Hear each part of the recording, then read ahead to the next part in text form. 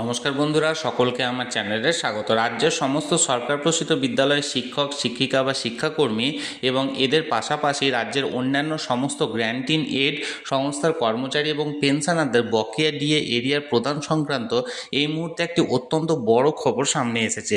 কী সেই খবরে কী বলা হয়েছে সকল কিছু আজকের ভিডিওতে বিস্তারিতভাবে আলোচনা করব। ভিডিওটি অত্যন্ত গুরুত্বপূর্ণ, তাই প্রথম থেকে শেষ পর্যন্ত অবশ্যই ধৈর্য সহকারে দেখবেন এবং ভালো লেগে থাকলে অবশ্যই একটি লাইক করবেন এবং সকলের সঙ্গে শেয়ার করবেন। আর সেই সাথে চ্যানেলে প্রথমবার হলে অবশ্যই চ্যানেলটিকে সাবস্ক্রাইব করে নিতে ভুলবেন না। তাহলে চলুন আমরা বিস্তারিত জেনে নিই। দেখুন, সুপ্রিম কোর্টের তরফ থেকে রাজ্যের সরকারি কর্মচারী এবং পেনশনারদের বকেয়া ডিএ এরিয়ার প্রদান করতে হবে, এই মর্মে যে রায় প্রদান করা হয়েছিল সেই রায়ের পরিপ্রেক্ষিতে গত মার্চ মাসে রাজ্যের অর্থ দপ্তরের তরফ থেকে 3টি বিজ্ঞপ্তি জারি করা হয়। একটি ছিল 996, যেটি রাজ্যের রাজ্য সরকারি কর্মচারীদের জন্য ছিল, 997 যেটি রাজ্যের সমস্ত রাজ্য সরকারি পেনশনারদের জন্য ছিল, এবং 998 নাম্বার যে অর্ডারটি ছিল সেই অর্ডারটি ছিল রাজ্যের সমস্ত গ্র্যান্ট ইন এড কর্মচারীদের জন্য।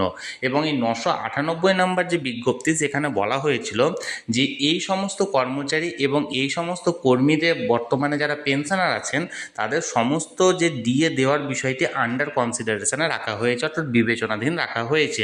এরপরে আমরা বারংবার দেখেছি যে রাজ্য সরকারের অর্থ দপ্তর থেকে বিভিন্ন রকমের বৈঠক করা হয়েছে এবং সেই রকমের সমস্ত গ্র্যান্ট ইন এড দপ্তরের কর্মচারীদের সমস্ত তথ্য এখানে জানতে চাওয়া হয়েছে। পাশাপাশি যেখানে রাজ্য সরকারি কর্মচারী এবং পেনশনারদের বকেয়া দিয়ে এরিয়ারের কিস্তি ছাড়া হয়েছে, কিন্তু এখনও পর্যন্ত গ্র্যান্ট ইন এড সংস্থার কর্মচারী এবং পেনশনারদের বিষয়ে কোনো রকম কোনো কংক্রিট সিদ্ধান্তে না আসার জন্য অবশেষে ডিএ মামলার অন্যতম যে মামলাকারী সংগঠন ইউনিটি ফোরাম, সেই ইউনিটি ফোরামের তরফ থেকে পুনরায় আবার একটি কেস ফাইল করা হয়েছে। এখানে দেখুন, ডায়েরি নাম্বার দেওয়া হয়েছে 21108/2026, ফাইল হয়েছে দেখুন 8ই এপ্রিল 2026, অর্থাৎ গতকালকে এই মামলাটি মিসেলেনিয়াস সার্ভিস হিসাবে এন্ট্রি করা হয়েছে। যে এখনও পর্যন্ত এই মামলাটির কোনো রকম কোনো হিয়ারিং হয়নি, কারণ গতকালকে এই মামলাটি ফাইল করা হয়েছে।